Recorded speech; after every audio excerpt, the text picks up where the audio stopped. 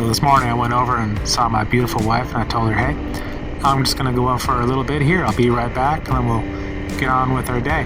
But I've come to discover that part of owning a larger motorcycle that's a lot more capable of going longer distances is that I'm actually really bad at figuring out how long I'll be out of the house for. So my little 2-hour ride here ended up becoming about 8 hours, something like that.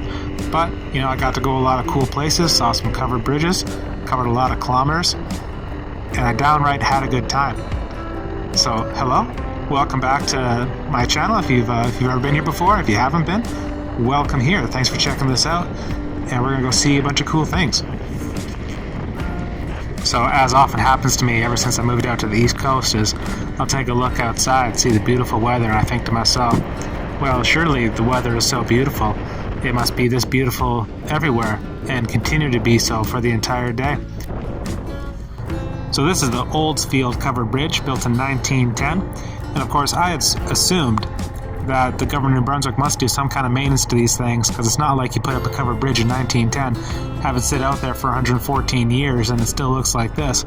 But this is by far the most recently renovated covered bridge that I've come across yet, and I've been to about maybe 20 of them so far, so I don't know, I'm no expert, but this thing was like a shining beacon on an otherwise very dreary day. And look at this, this is a really pretty covered bridge. So the only reason I know where any of these covered bridges are is because the government of New Brunswick has a little tourism website where it says where they all are, but it doesn't actually list all of them.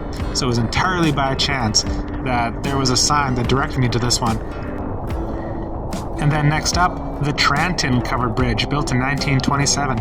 I also did not have a map marker for this one, and I only went to it because, again, there was a sign. So Tourism New Brunswick, please update your website. I want to find all your bridges, but you're kind of hiding some of them from me, although you're hiding them poorly by making signs that go to them in real life. But how am I supposed to know where to go in real life to see the sign to go to the bridge if I don't know that there's a bridge there, New Brunswick? And this is the Salmon Covered Bridge, otherwise known as the Kennebecasis River number 7.5 bridge, because it's next to another one. This bridge was built in 1908, and though it no longer supports traffic, you can still walk across it. It's in fine shape. It's not a great looking bridge. I give this one a 3 out of 10. And you really got to hand it to Sussex, New Brunswick. If you're looking for a place that's got a whole bunch of covered bridges right in an immediate area, Sussex apparently is the place for you, because just around the corner we have Plumwa Sweep Covered Bridge. Plumwa Sweep? I don't know. In any case, this bridge is 74 feet long and was built in 1911, and here it stands, beautiful as the day was built.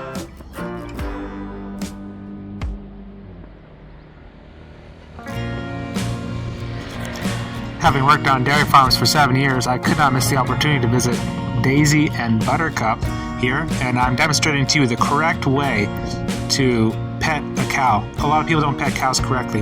They need a full body rub, just like this. This is an area that is called Sussex Corner. It has a really weird roundabout in it that I always feel like I'm doing wrong. So Sussex Corner, if you could just go ahead and tear up your main intersection and replace it with one that's more to my liking, I'd really appreciate that. However, the next covered bridge is Ernie Covered Bridge, built in 1905. This bad boy crosses 66 feet over Trout Creek. And although it's maybe not the most elegant covered bridge out there, I really love the little spot that it's nestled in, so it gets extra points for that. Definite minimum 6 out of 10. This is actually something I didn't account for on this motorcycle, but I'm extremely glad it worked out this way. The TU250X gets about 260, 280 kilometers per tank, something like that. I still had to drive back into town just now to go get gas to continue on my way, because again, I went way farther than I had intended to. But still, it's nice not getting stuck out in the wilderness. Yes, the bridges are thick as thieves out here, and there is yet another covered bridge to see. This is Trout Creek number 5 covered bridge, more properly known as, or maybe less properly known as Moore's Mills Covered Bridge, built in 1923. This one is 59 feet long. And like a fool, I got distracted doing something. I don't even remember what. Come out here to see these covered bridges, and then I didn't take a shot of it. Whoa. Look at that, just like that. Another one, built in 1911, 58 feet long. This is the Malone Covered Bridge. Kind of out here in the boonies a little ways. This is on a bunch of snowmobile trails, and I mean, there's people that live out here. Again, I got distracted and did not take a shot of this thing from the side because this guy came down and saw me stand next to my motorcycle. He came to make sure that I was okay and not hurt or anything, which was super nice. And then while we were standing there talking, his dog came down. And again, like a fool, I didn't take footage of the dog. What was I thinking? It was such a beautiful dog. And by this time, it had become extremely evident that I'd been out of the house for far too long and I was really messing up the rest of my day. I was going to try to make it over to 45 River Covered Bridge, but, of course, the road going out to it was shut down.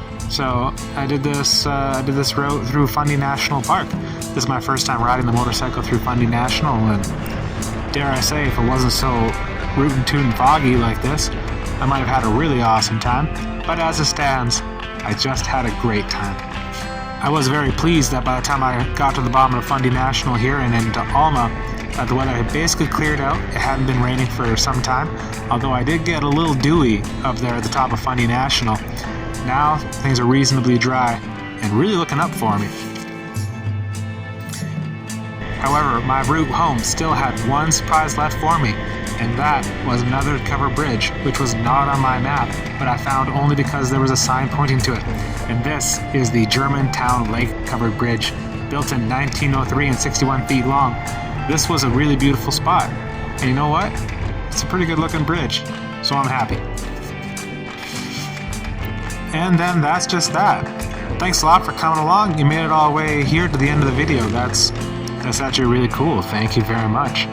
I really like making this kind of stuff, so I really hope that you like watching it. If there's anything that I can do better, let me know, because I want to be better. And thank you very much.